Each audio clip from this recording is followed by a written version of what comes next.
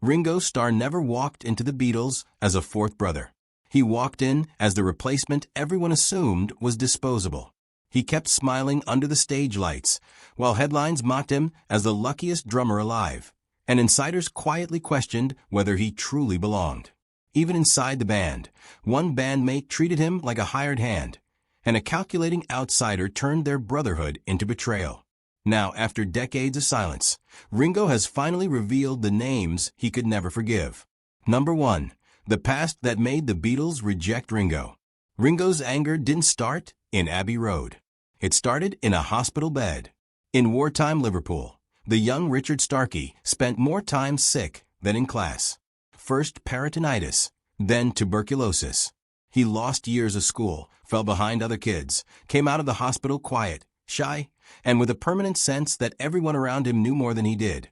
That insecurity mattered later.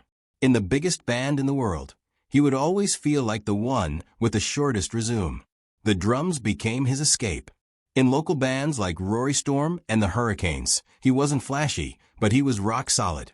That's why in 1962, when the Beatles needed a stronger drummer than Pete Best, they called him. He walked into EMI as the upgrade, and within days was humiliated.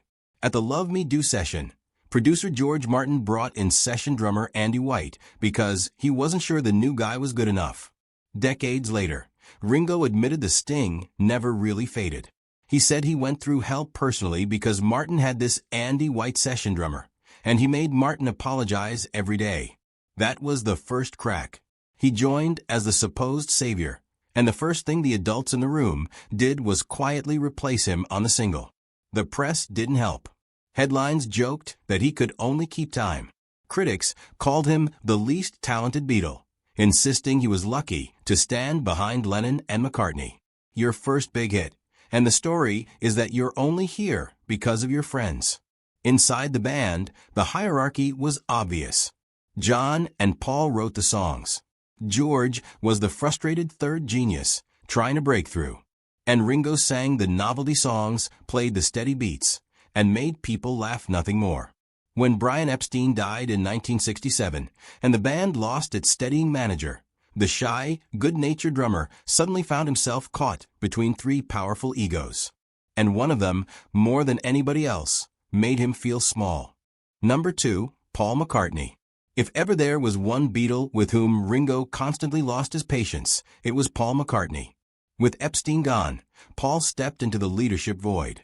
He wrote and called sessions and pushed the others back into the studio when they were drifting. Later, Ringo would sum it all up with brutal simplicity. Paul made the phone call. Paul wanted them to work nonstop because he was the workaholic. From the outside, it was admirable. But inside the band, it felt like control. Paul wasn't just writing songs. He was dictating how people should play them. The breaking point came during the White Album sessions in 1968.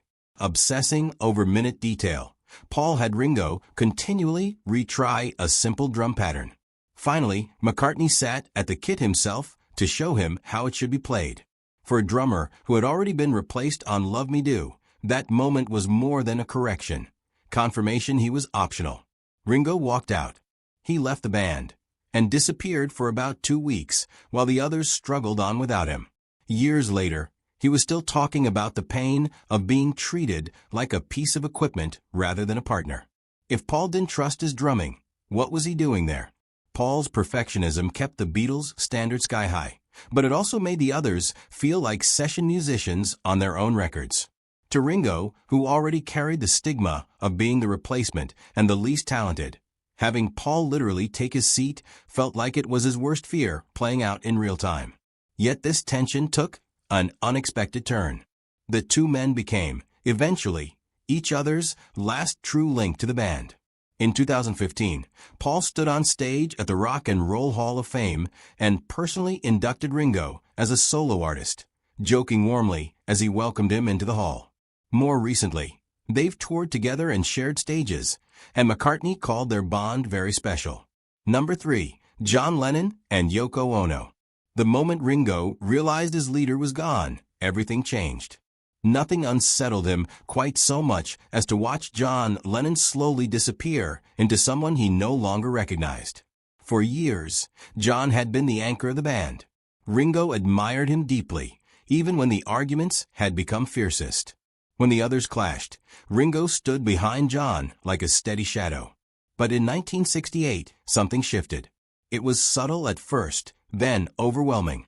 Yoko Ono didn't just appear beside John, but she appeared in the studio, in the creative process, in the conversations, and, eventually, in the unspoken hierarchy of the group.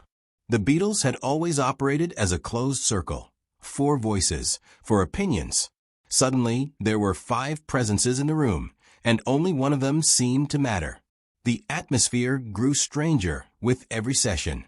During experimental recordings, Yoko would interrupt with her suggestions about tone or rhythm. Ringo was taken aback, not at all by her assertiveness, but because of how John would respond to that. Far from leaping to the defense of his bandmates, John immediately took her side. Once, he turned to Ringo and said candidly, "Just keep it even. That's enough." To a drummer already carrying the stigma of being the least talented, the message cut deep. Your opinion ends where her opinion begins. Every time anyone confronted Yoko's presence, the tension went up a notch. George Harrison snarled in anger once, and John exploded, slamming a table and accusing them all of disrespect. It wasn't about music anymore. It was about loyalty, and John's loyalty had shifted. To Ringo, for whom peace was such a premium, the emotional cost was enormous. In his eyes, the Beatles were losing their leader to an all-consuming relationship which left no oxygen for anyone else. Much later, he would admit that the band was already drifting apart long before that final breakup. One of the most traumatic memories for Ringo was when he went to visit John in New York in 1980. For a moment, there was laughter and ease again. It felt like they were brothers again. Weeks later, John was assassinated. Unspoken resentments and unresolved pain disappeared before they ever had the chance to face them. Number 4, Allen Klein. Allen Klein was the outsider who turned the Beatles into enemies. At first, his arrival didn't feel dramatic. It felt like relief.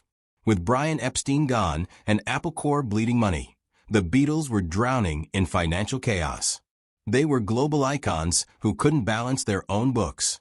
Ringo, tired of the polished executives who promised solutions but had none, found Klein refreshing blunt, aggressive, and willing to fight. He seemed like a man who would protect them. John embraced him immediately. George followed. Ringo, desperate for stability, joined them. He later admitted what appealed to him. Klein was a hustler, and Ringo felt it was time someone hustled for him. Behind this confidence, though, lay a strategist who knew precisely how to weaponize the band's internal fractures. He studied their weaknesses, Paul's need for control, John's impulsiveness, George's resentment, Ringo's urge for peace. Then he leveraged all of them. Meetings that were once arguments became battlefields. Decisions that were once unanimous became 3 against 1. Within months, Klein helped turn disagreements into war. Paul refused to sign a contract with Klein. Klein urged George, and Ringo to proceed without him. In 1970, Paul filed a lawsuit against the other 3 Beatles and Klein. The lawsuit tore away whatever remained of friendship. Every wound between Ringo and the rest continued to deepen distrust, resentment, regret. Their brotherhood collapsed not only from egos, but also from signatures, lawyers, and courtrooms. Then came the twist. In 1973, Ringo realized the man he trusted had mismanaged funds, manipulated contracts, and used the Beatles as leverage. Klein was fired. Investigations followed. The 3 who once backed him, including Ringo, admitted they were wrong. Alan Steckler later revealed something George once said: "The only way the Beatles can ever get together again is if Alan isn't there." I'm ready. So is Ringo. That confession said everything. For Ringo, Klein represented the deepest betrayal. The protector who actually made sure the Beatles would never stand together again. The truth about Ringo Starr's real talent and legacy. When the dust finally settled, Ringo was left facing a painful question. Was he really the least talented Beatle? The jokes he'd heard for years continued to buzz in his head. The drummer who got lucky, the man carried by Lennon and McCartney.